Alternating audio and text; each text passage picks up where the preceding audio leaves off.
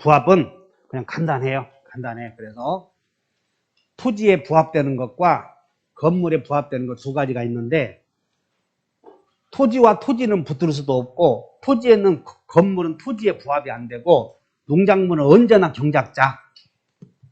그 다음에 타인의 권원에 의해서 심어놓은, 임차인이 심어놓은 수목은 부합이 아닌데, 다만 여기서 시험에 나오는 게,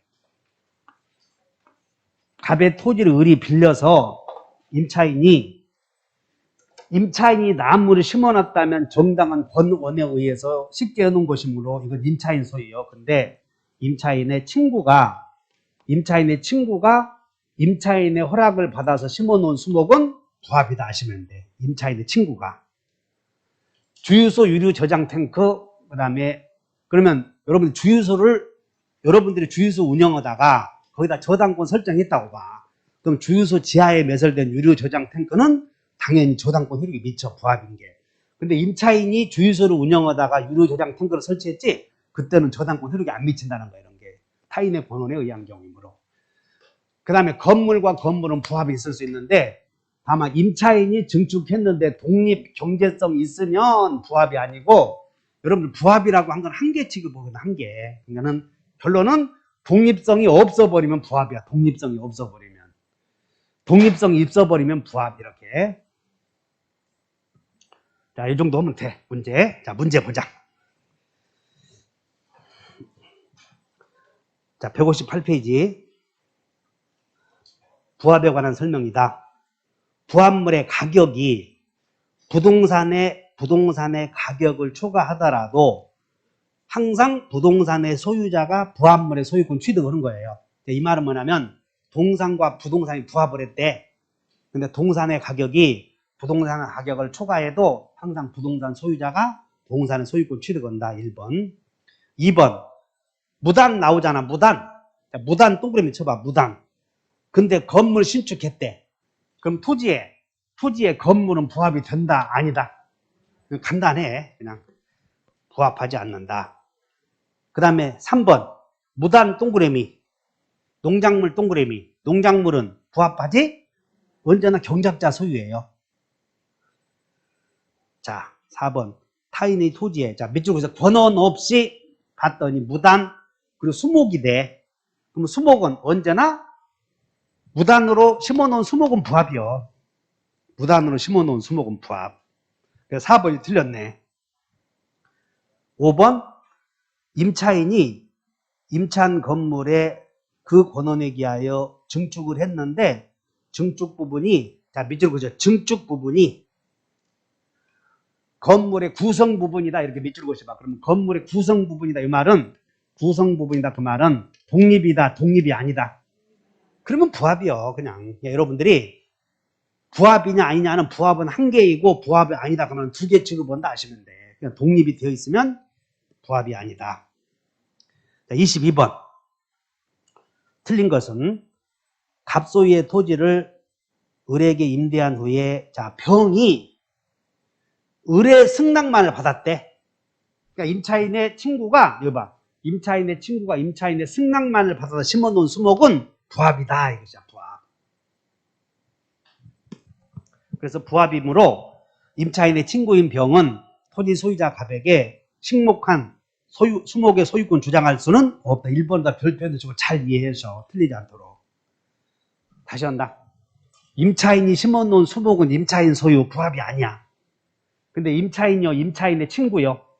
임차인의 승낙을 받은 자 나오잖아. 그 등장인물이. 임차인으로부터 임차인의 허락을 받은 자가 심어놓은 수목은 부합이다. 그냥 토지가 됐다. 그 말이야. 토지 소유자가 되었다. 2번. 을이 권한 없이 밑줄. 잣나무 식재 밑줄. 그러면 나무를 심어놨으니까 수목이니까 부합이야, 아니요? 부합이지. 그러면 따간 잣도 부당이득으로 반환해줘야 돼. 따간 잣도. 이해해 놓으면 되지. 그래서 잣을 수확했을 때 토지 소유자는 잣 따간 사람에게 소유물 내놓을 수 있다. 맞아? 부합이니까. 그 다음에 3번. 사용대차 밑줄 그으셔. 사용대차. 그러면 사용대차는 무단으로 무단으로 쓰는 것이야, 권원 있는 것이야? 임대차와 똑같잖아. 권원 있는 거니까 부합이 아니다. 경매에 의해서 낙찰된 경우에도 낙찰자에게 귀속되지 된다. 맞고. 4번 독립성이 없었지만 그 후 구조 변경 등으로 독립성을 취득했다면 증축된 부분은 독립한 구분 소유권의 객체가 될 수, 여기 부합이냐 판단 시기는 증축 시에 부합 여부를 판단하는 게 아니고 건물 소유권의 변동시를 기준으로 해. 그러니까 애초에 있는 부합이었어도 나중에 독립성을 갖췄잖아. 그럼 부합이 아니다. 그런 뜻이야. 이게. 그래서 4번에다 가만히 있지 마시고 가만히 써봐. 여기다가 부합 여부 판단 시기 이렇게.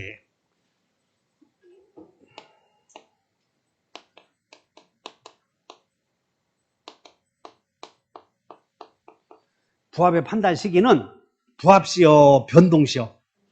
그 얘기가 지금 소유권 변동시. 이거 써놓으면 여러분들은 나는 중요하다고 해서 문제 다 만들어 왔는데 안 중요하다고 안 써놔 그렇게. 그러니까 아 소유권 변동시를 기준으로 하는구나 이렇게.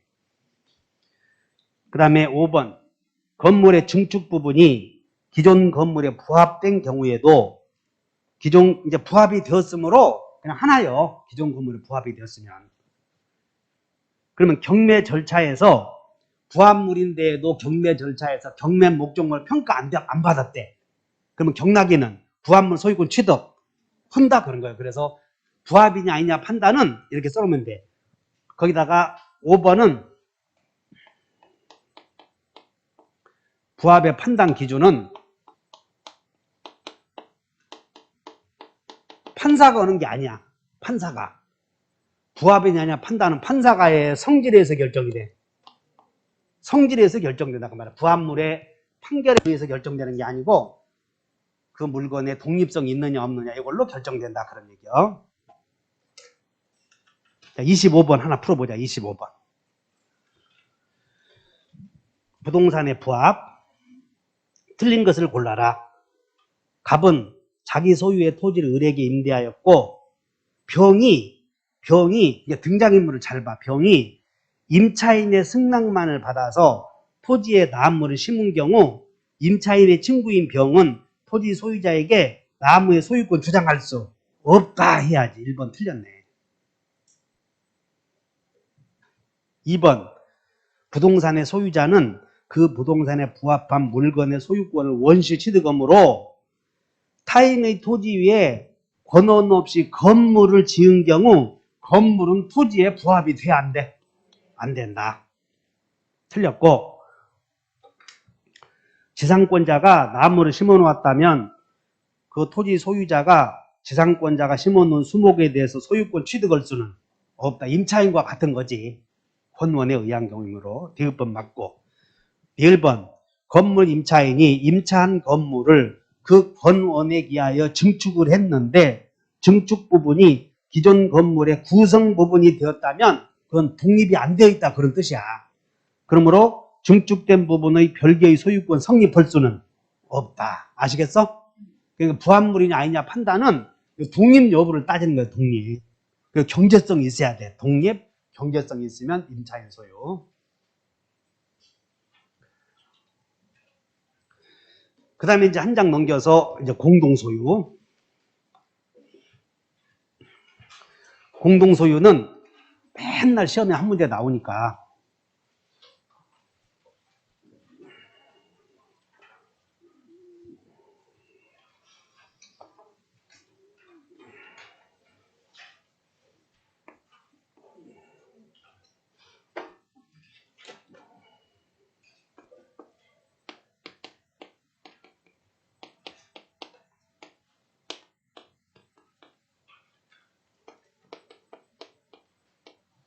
우리 시험에 나오는 부합에 대해서 설명을 하나만 더. 이 갑과 을 사이의 도급계약에 의해서 갑의 토지에 도면을 주면서 이렇게 이런 형식의 건물을 지어주기로 계약을 해. 그럼 수급인이 이제 건물을 공사를 하겠지. 근데 공사를 하면서 건축 자재상 병으로부터 벽돌을 사, 을이. 벽돌을 이렇게 건축 자재상 매수를 해. 그리고 매매 오면서 매매 대금 다 주어야 네가 소유권 취득한다라고 해서 을과 병 사이에 소유권 유보부 매매 계약을 해. 그러니까 여러분들이 시계 살 때 할부로 구입하면 할부 대금 다 주기 전에는 공장 소유야. 그게 공장 소유. 그래서 그것을 시계를 할부로 사면 할부 대금을 정지 조건으로 하는 매매 계약이다. 이렇게 얘기해. 그래서 여기 봐. 이 건축 자재상이 수급인에게 벽돌을 팔면서 외상으로 팔아. 외상. 근데 외상으로 팔면서 뭐라고 얘기하냐면 매매 대금 다 주어야 네 것이다 라고 소유권 유보부 매매를 해. 그러면 건축 자재상이 건축 벽돌값 안 받고 을에게 팔았을 때 이 건축 소유권은 누구에게 있어? 시방 수급인에게 있어? 건축 자재상에게 있어? 물어보는 놈이 미친놈이냐? 이 사람이, 그러니까 여러분들 벽돌을 건축 자재상이 수급인에게 벽돌을 팔면서 외상으로 팔았다니까? 근데 돈을 다 주어야 네 것이다 라고 조건을 달았어. 그러면 이 을과 병 사이에 소유권 유보부 건축 자재 매매 계약은 이렇게 돈을 대금을 다 지급해야 을이 소유권 취득하므로 소유권 취득하지 못하고 을이 여기다가 벽돌을 붙인 거예요. 그러니까 그러니까 이 벽돌은 누구 소유야 지금? 병의 소유지. 병의 소유. 오케이? 그럼 이건 부합이 아니야? 부합이지. 이거 뗄 수가 없잖아 이제. 그러면 이 부합물에 의해서 소유권을 상실한 병은 소유권을 취득한 사람에게 부당이득을 발생해줘야 돼. 동산의 소유자는 소유권을 상실하면 여기 부합으로 소유권을 상실한 자는 손해를 입은 자는 부당이득의 규정에 의해서 보상을 청구할 수 있어. 그래서 이 사람이 벽돌을 여기다 부합해서 소유권 상실했으므로 병은 갑에게 이득을 누리는 사람이 부당이득 청구할 수 있어. 근데 이 갑이 직접 산 게 아니고 을에게 도급계약을 맺었잖아. 그래서 갑이 이 병이 을이 여기다 붙인 이 벽돌에 대해서 병으로부터 외상으로 샀다는 걸 선의이고 무과실이면 병은 갑에게 부당이득 청구 못하는 게 작년도 시험 문제였어. 어렵지? 잘 이해해봐. 갑이 을에게 건물을 지어달라고 도급계약을 했다. 수급인이 벽돌을 붙였다. 부합이야. 근데 벽돌은 누구 거냐면 자재상 거예요. 그러면 자재상이 건물 소유자 갑에게 부당이득 내놓으라고 했을 때 이 건물 소유자는 모르잖아. 그러면 어차피 이렇게 대금 주었을 거 아니야. 이게 부당이득 이렇게 청구해야지. 이렇게 청구해서는 안 된다. 이게 판례였으니까 참고로 기억하시라고. 근데 그 지문이 없어서 내가 설명을 해드린 거예요.